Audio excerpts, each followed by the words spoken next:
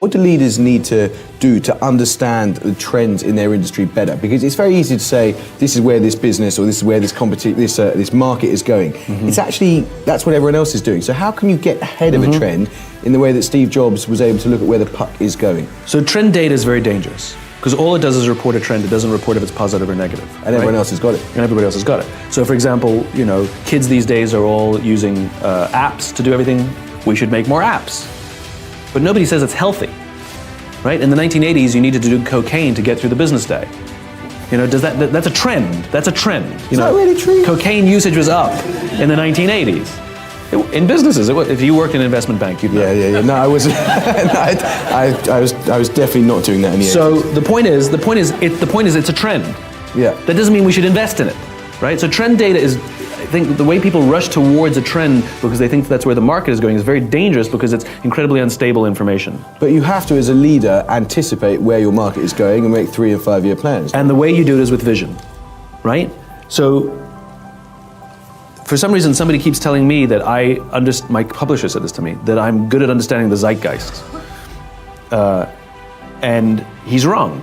I have no clue about what people are thinking. All I know is where I want to go. That's it. As I said before, I have a vision of a world in which the vast majority of people wake up every single morning inspired to go to work, feel safe when they're there, and return home fulfilled at the end of the day. So I can make certain guesses and predictions about things I have to do to get there. So I was living in London and attending law school. I was becoming disillusioned with the law. I happened to be dating a girl who was in advertising. She said, you might like advertising, and boom, I have a career in marketing. I fell into it. So many of us fall into our careers and fall into our jobs.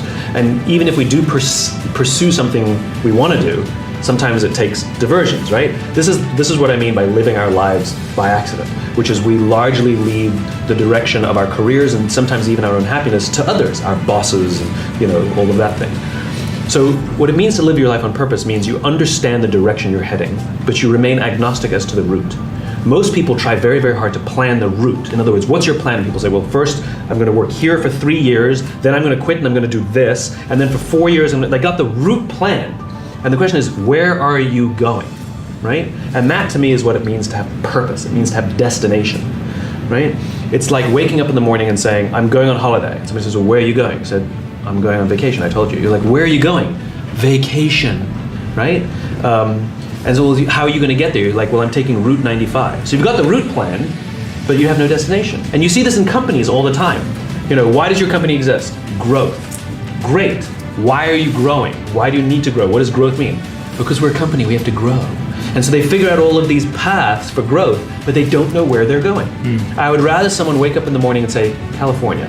I'm trying to get to California, and I don't care what route I take. I'm going to start down Route 95, and if I find a better route, I'm going to take it. If there's traffic on Route 95, I'm going to take a side road.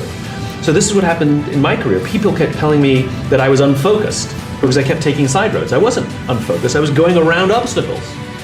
So that's what it means to live a life of purpose. It means I live every single day of my life trying to get to an endpoint. In my case, to create a world in which the vast majority of people wake up every single morning inspired to go to work, feel safe when they're there, and return home at the end of the day fulfilled by the work that they do. That is the destination I'm trying to reach. I don't know how I'm going to get there, but I'm going to try every path I can to get there. Highly, highly focused. That's what it means to live a life on purpose. We're often given this advice, do what you love. Yeah. What am I supposed to do with that? Yes. Find your passion. Thank you. Great. I don't know what to do tomorrow. For me, passion is the result of something. Right? So if you work hard for something you don't believe in, that's called stress. And if you work hard for something you do believe in, that's called passion. So it's finding the belief, it's finding the cause, it's finding the purpose, and the passion then shows up. So it's not about doing something with passion and then finding the cause. It's finding the cause, starting with why, and then the passion is what results. Number 2, it's embarrassing, this has to be on the list, courageous leadership. Courageous leaders are the ones who are willing to sacrifice the short term in order to advance the long term. Courageous leaders are the ones who are willing to say no to the money because it's coming from a dirty source, and rather say yes even though they know they'll have to tighten the belt in the short term because it's the right thing to do. Having a just cause, if we don't actually follow the just cause, if we don't actually make decisions through the lens of the just cause, is just marketing. It's just marketing. I'll give you my favorite example. right? The IOC, the International Olympic Committee, they have a mission statement, what they believe is their just cause, which is to advance the world, make the world a better place through sport. But for the fact that they're all corrupt, it's a great idea. My point is you actually have to have leadership that desperately, profoundly believes in the cause and will make decisions to advance that cause. They would sooner sacrifice their own personal interests to take care of their people. They would never sacrifice their people to protect their own interests. It's called leadership. It's called leadership. We confuse rank and leadership. Rank has nothing to do with leadership. I know many people who sit at the highest levels of organizations who are not leaders. They have authority, and we do as they tell us because they have authority over us, but we would not follow them. And yet I know many people who sit at lower ranks who have no authority, and yet they have made a choice, the choice to look after the person to the left of them, and the choice to look after the person to the right of them, and we would trust them and follow them anywhere. Leadership is the acceptance of the awesome responsibility to create an environment in which people can work at their natural best. I think people misunderstand what the word entrepreneur means. You know, small business owners own small businesses, and entrepreneurs solve problems. And there are many, many entrepreneurs inside corporations. Yeah. And not all small business owners are entrepreneurs. I see. So an entrepreneur is somebody who's constantly looking for a better way to do something. There's a sort of a mad scientist about them. It's not simply, you know, understanding structure and building business. And that's the way I was in the corporate world, which, you know, depending on my boss, was either welcomed or not. Oh, yeah. You know, I used to get in trouble for that's not how we do it around here. And Really? I'm like, did I break any rules? They're like, no. I'm like, did I get it done? They're like, yes. I'm like, did I get it done better than you expected? They're like, yes. I'm like, so what exactly is the problem? How do you build trust faster within a team, says Lee? How do you fall in love faster? I mean, these are like, you don't. It takes as long as it takes. I hate to say that. You can go to the gym for 9 hours, but you won't get into shape. But if you go to the gym every day for 20 minutes, you will get into shape. But the problem is I don't know how long it takes. It'll be a little quicker for some, a little slower for others. And so there's no app for trust. There's no app for that. This is a human condition, and we have to do the things that are right for human beings. And you won't build trust with everybody on the team at the same pace. Some will be quicker and some will be slower. How long does it take to make a friend? I don't know. I just know that if you do the right thing, you will make a friend. The problem with passion, people gave me the same good advice. Do what you love. Thank you. Thanks. Find your passion. Like, what am I supposed to do with that advice? Right. And what I learned is that passion, like profit, is a result. When we commit ourselves to some higher purpose, some higher cause, passion is the result. When we work hard for something we don't believe in, it's called stress. When we work hard for something we do believe in, it's called passion. Passion is not the entry point, it's at the exit point. So the question is not to find your passion or find the thing you're passionate about. The question is, what do you believe? The question is, what are your ideals? What are your values? And where are the places in which those people or those organizations share your values, share your beliefs? Who is articulating a vision of a world that you would like to live in?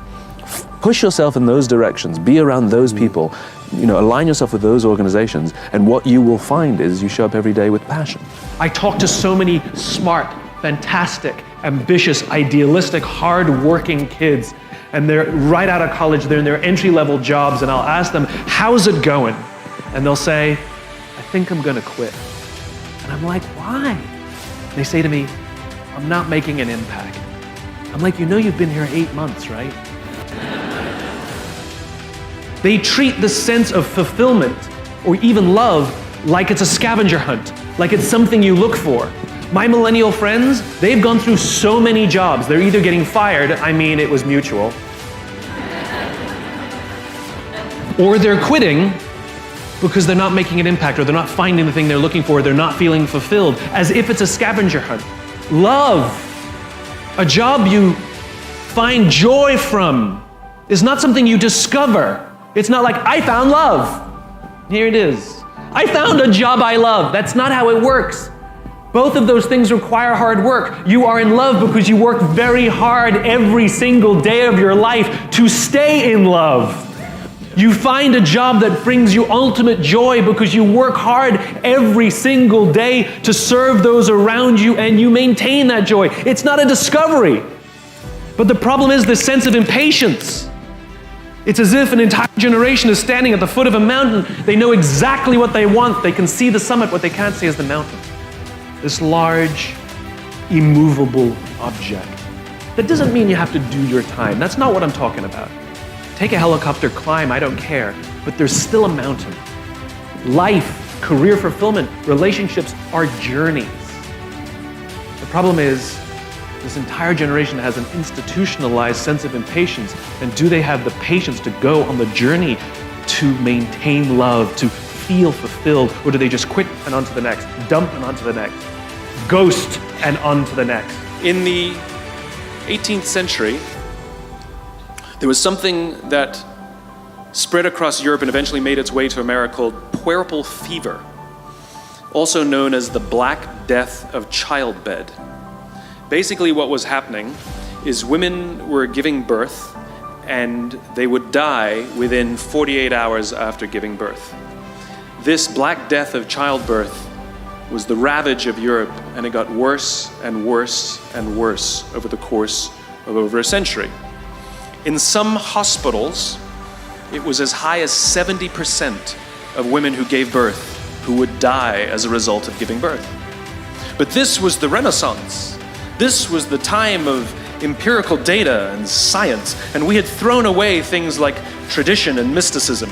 These were men of science, these were doctors. And these doctors and men of science wanted to study and try and find the reason for this Black Death of childbed, and so they got to work studying, and they would study the corpses of the women who had died.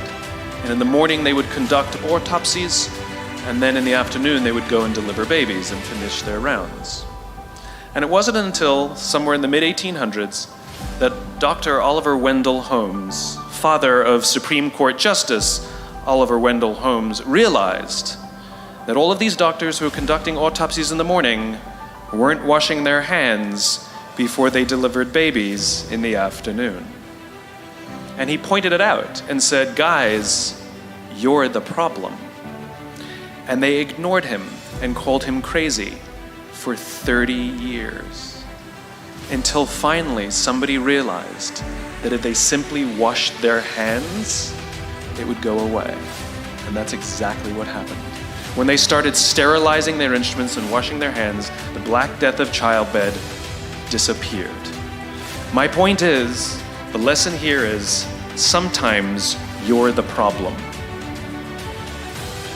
We've seen this happen all too recently with our new men of science and empirical studiers and these men of finance who are smarter than the rest of us until the thing collapsed. And they blamed everything else except themselves. And my point is take accountability for your actions. You can take all the credit in the world for the things that you do right, as long as you also take responsibility for the things you do wrong. It must be a balanced equation. You don't get it one way and not the other. You get to take credit when you also take accountability.